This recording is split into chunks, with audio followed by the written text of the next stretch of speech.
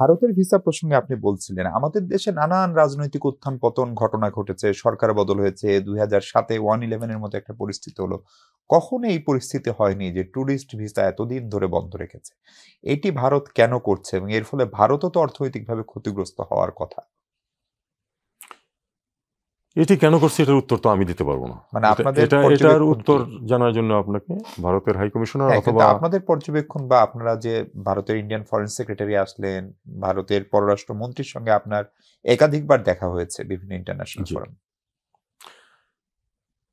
আপনি যদি আমার এক কথায় উত্তর চান তাহলে সেটা হলো এরকম যে আম, দেখা সাক্ষাৎ হয়েছে বা যাই হোক, যে ভারত সরকারের সাথে ভারত সরকার যে এই পরিবর্তনটাকে ওয়েলকাম করেনি, সেই পরিস্থিতি থেকে তারা এখনো বেরোতে পারেনি। আপনি ৫ আগস্টের কথা বলছেন। যে পরিবর্তন হয়েছে এই দেশের সরকারের, হুম।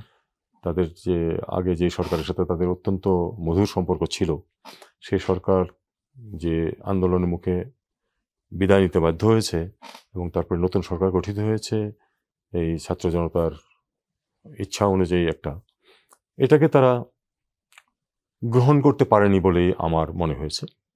এবং সেইটা এখনো কেটে যায়নি, এখনো বহাল আছে।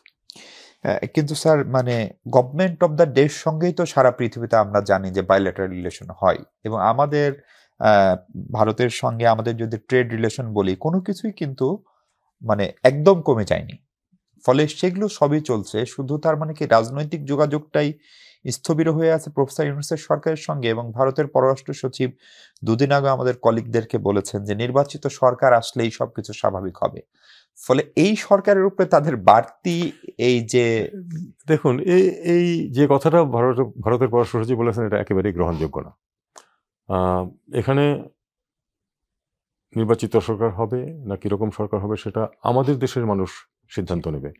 এখানে ভারতের কিছু বলার কোনো অর্থ নাই। তারা পূর্ববর্তী 15 বছরে এ ধরনের কোনো কথা বলে নাই, তাদের কোনো কারণ নাই এখন এই কথা বলার। আম, আর ভিসার ব্যাপারে আমি একটা সত্যি কথা বলি, ট্যুরিস্ট ভিসা না দেওয়াতে কি আমাদের খুব বড় কোনো ক্ষতি হয়ে গেছে? আমি তো মনে করি না বাংলাদেশের কোনো ক্ষতি হয়েছে। এটাতে বরং ভারত ক্ষতিগ্রস্ত হয়েছে। অর্থনৈতিকভাবে হ্যাঁ, অন্তত। অবশ্যই পশ্চিমবঙ্গ, বিশেষ করে কলকাতা ক্ষতিগ্রস্ত হয়েছে। তারা যদি নিজেদের ক্ষতি করে আমাদেরকে, আমাদের মানুষজনকে একটু দূর মানে অস্বস্তিতে ফেলতে চান, তো আমি তো মনে করি যে আমার এটা নিয়ে খুব বেশি বিচলিত হওয়ার কোনো কারণ নেই। আমাদের লোকজন অন্য যে কোনো দেশে যেতে পারবে। ট্যুরিজমের জন্য পৃথিবীতে আরো অনেক জায়গা আছে এবং লোকজন যাচ্ছে সেখানে।